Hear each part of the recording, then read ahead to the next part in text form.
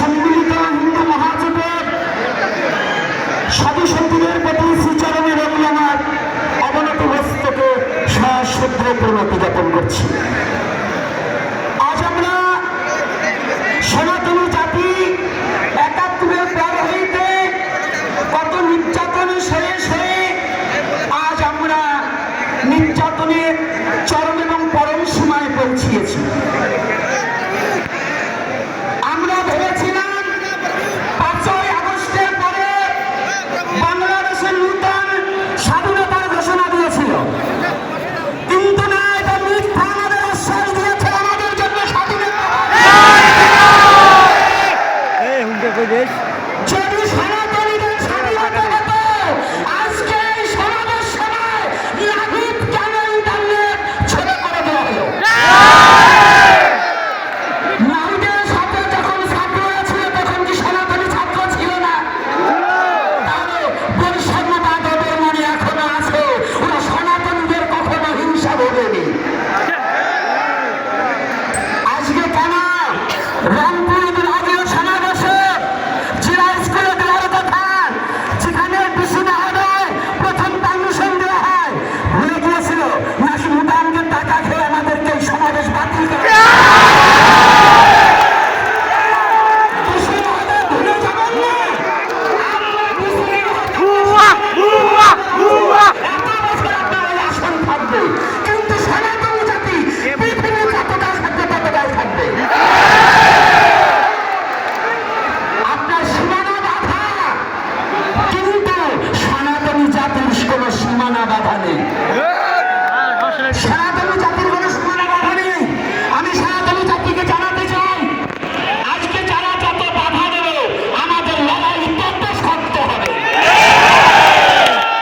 আমরা থেমে থাকবো না,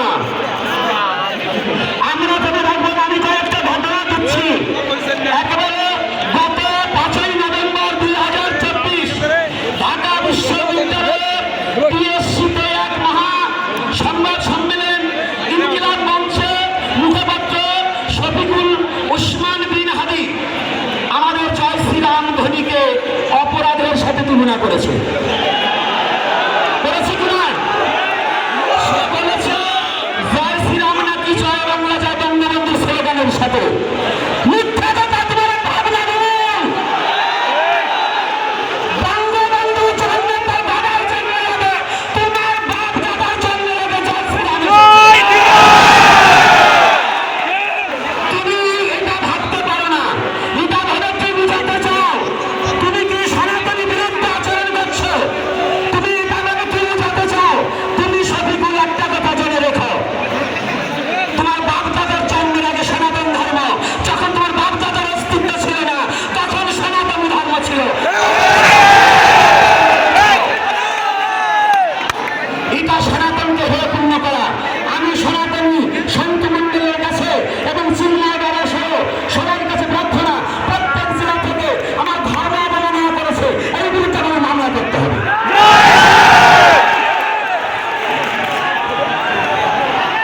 দ্বিতীয়ত, আর একটা ঘটনা ঘটেছে। আমার দেশ পত্রিকার সম্পাদক মাহমুদুর রহমান বলেছেন আমাদের 8 দফা দাবি নাকি স্বাধীনতার বিরুদ্ধে।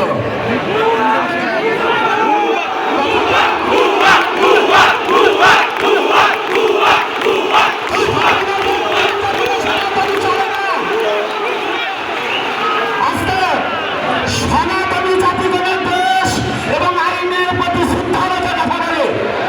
সনাতনী জাতি আইন এবং দেশকে ভালোবাসতে জানে।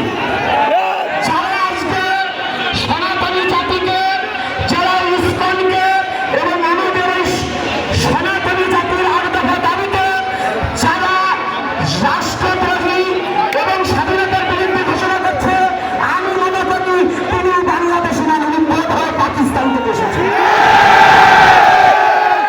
ওনাকে একটু ভালো করে জাস্টিফাই করা উচিত যে সনাতনী জাতি স্বাধীনতা বিরোধী কথা বলে, তাহলে উনি নিশ্চয়ই পাকিস্তানি। এজন্য যারা যে কথা বলবেন সনাতনীর বিরুদ্ধে, জীবনের ইতিহাসটাকে একটু দেখে নিতে হবে। ইতিহাস না দেখে সনাতনীদের বিরুদ্ধে লড়তে আসবেন না।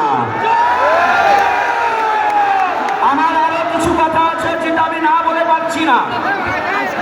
8ই নভেম্বর 2024 শুক্রবার এখানে শাহী জামে মসজিদে হেফাজত ইসলাম নামে একটি ব্যানার করে সনাতনীদের হত্যার হুমকি এবং ইস্কন একটা ইস্কন ঘর ভরে ভরে জবাই বলা হয়েছে। কোথায় বাংলাদেশের প্রশাসন, কোথায় বাংলাদেশের প্রধান উপদেষ্টা, কোথায় যে একটা জাতির প্রতি এত বড় কথাবার্তা বলে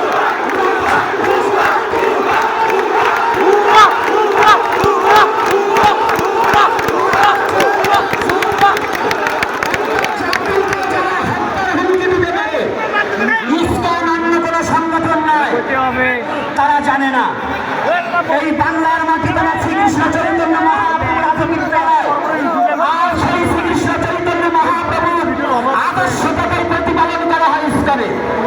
25 মিলিয়ন। আমি যদি ইসকনের দীক্ষিত নই, তথাপি আমি বলবো এই ইসকন আর কেউ নয়, এটা বাংলার সংস্কৃতি ধরে তুলছে। তাহলে ইসকনে যদি জঙ্গি সংগঠন হয়, যারা প্রকাশ্যে বিবাহকে একটা জাতিকে হত্যার হুমকি দেয়, তারা কি